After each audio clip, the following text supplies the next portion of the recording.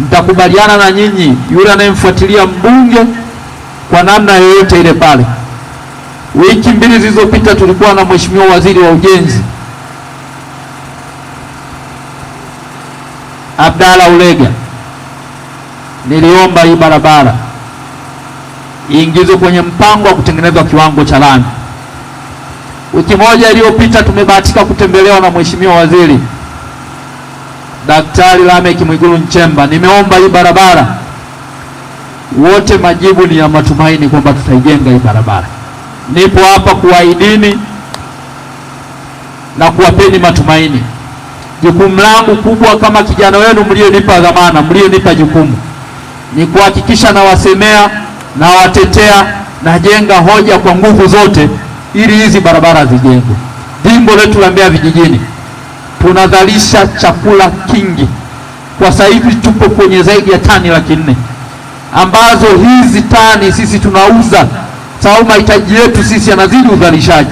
Maeneo tunayozalisha hivyo vyakula ni Tembela huku kwenye hizi kata, Igoma tunazalisha viazi, Ulenje tunazalisha viazi miti, Irungu tunazalisha viazi.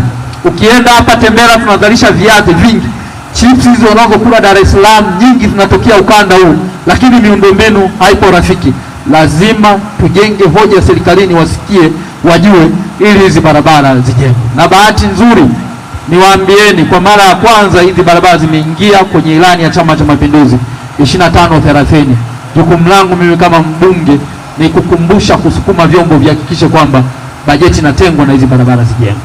Kwa kuanzia tumeanza kuomba fedha hizo bilioni 1.6 ili kipindi hiki cha masika hizi barabara watu zipitike, na mkandarasi yupo site, alikuwa anasuasua. Tumeenda kuongeza nguvu na sasa hivi kasi yake, na hapa nipo na engineer wa TANROADS na atapata fursa baadaye aseme, ili wananchi wasikwame na mazao yao kuyatoa shambani na kuyapeleka sokoni. Igoma oye! Kwa hiyo changamoto ambayo inatukabili wana kata hii ni barabara. Siku hizi vijana tunanani bodaboda. Sasa boda kama zetu zinakwama, tunaweka ndani, itakuwa hakuna kitu. Tunategemea siku hiyo turudi na kitu kipato ndani ya nyumba, alafu bodaboda umeweka ndani. Kwa hiyo naomba changamoto ya barabara kama wanakata ya Itewe, tokea Inyala mpaka Chiboria, Itewe mpaka Idunda mpaka Garijembe, ni changamoto hiyo ndugu mbunge. Naona hilo utokenalo hapa kabisa imekuwa ni kero katika kata hii.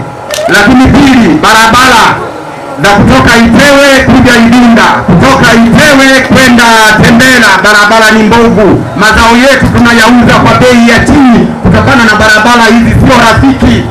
Vijana wetu wana bodaboda, wana magari, kila siku wanapata ajali, wanaishia kuwa vilema. Naomba hii barabara uiangalie kwa macho mawili, kwa huruma sana. Hizi barabara ni mbovu. Asante. Wakati barabara tumechukua mwenyekiti. Asante, niliamua nikazie. Asante. Kuhusu barabara ya kutoka Irambo kwenda Shinyanga, inapita kwenye eneo la kituo cha maadilisho ambacho tuko chini ya ustawi wa jamii. Kuna mgogoro kati ya eneo hilo ambalo mbunge diwani marehemu Njombe alikuwa analishughulikia, lakini sasa tunaona mpaka sasa hivi hakuna kinachoendelea.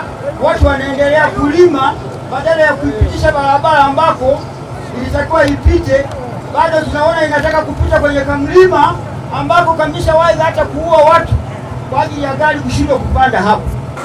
Wabunge wengi wamepita sana, walikuwa unatuahidi sana barabara hilo, lakini sasa naona kama barabara ni ya mkato sana kwenye kanda zetu hizi, kwenye vijiji vya milimani.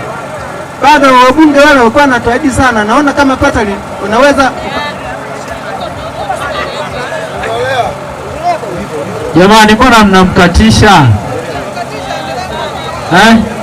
au mmenuna kwa sababu wamewasemea Inyala na Irungu?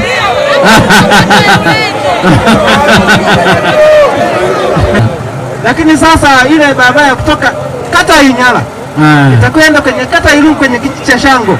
Wabunge wamepita kama wabunge wawili sio watatu, wametuahidi kwa miaka mingi sana sana sana, lakini ya barabara bado hatuipati. Asante. Naingangania sana ya barabara jamani. Asante sana. Asante.